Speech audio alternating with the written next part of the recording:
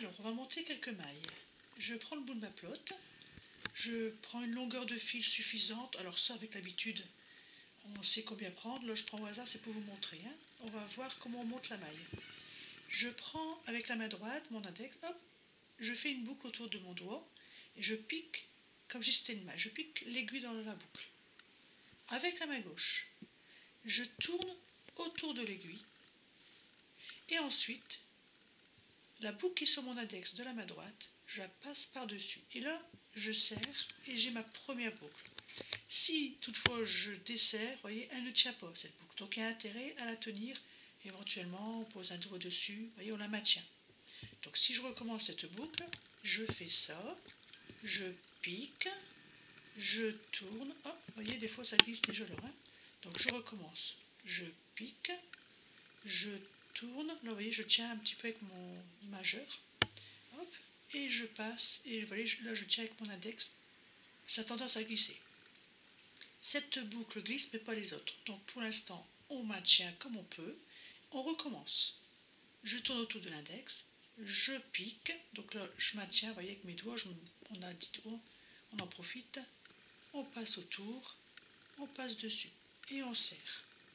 Et on recommence. Hop, je pique, je passe autour, je serre.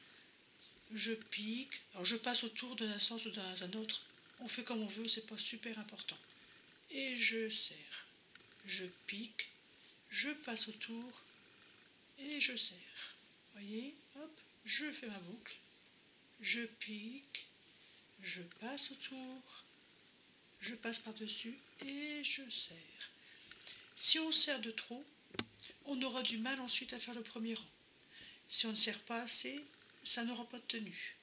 À nous de doser comme il faut. Là, j'ai un peu trop serré, mais bon, ça va aller.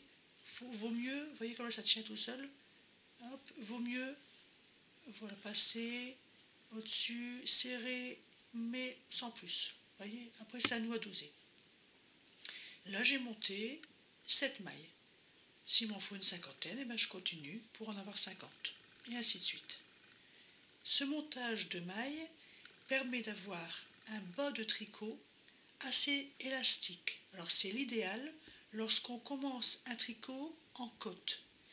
On souhaite à ce moment-là que le tricot soit bien élastique et maintienne bien sur le corps. On fera ce montage-là. Sinon, il existe d'autres montages moins élastiques qui, par exemple, seront utilisés pour faire des écharpes qui, elles, n'ont pas besoin d'être bien resserrées au bord. Donc ce montage-là sera utilisé pour les pulls, les bonnets, les gilets, tout ce qui démarre en côte. À vous maintenant.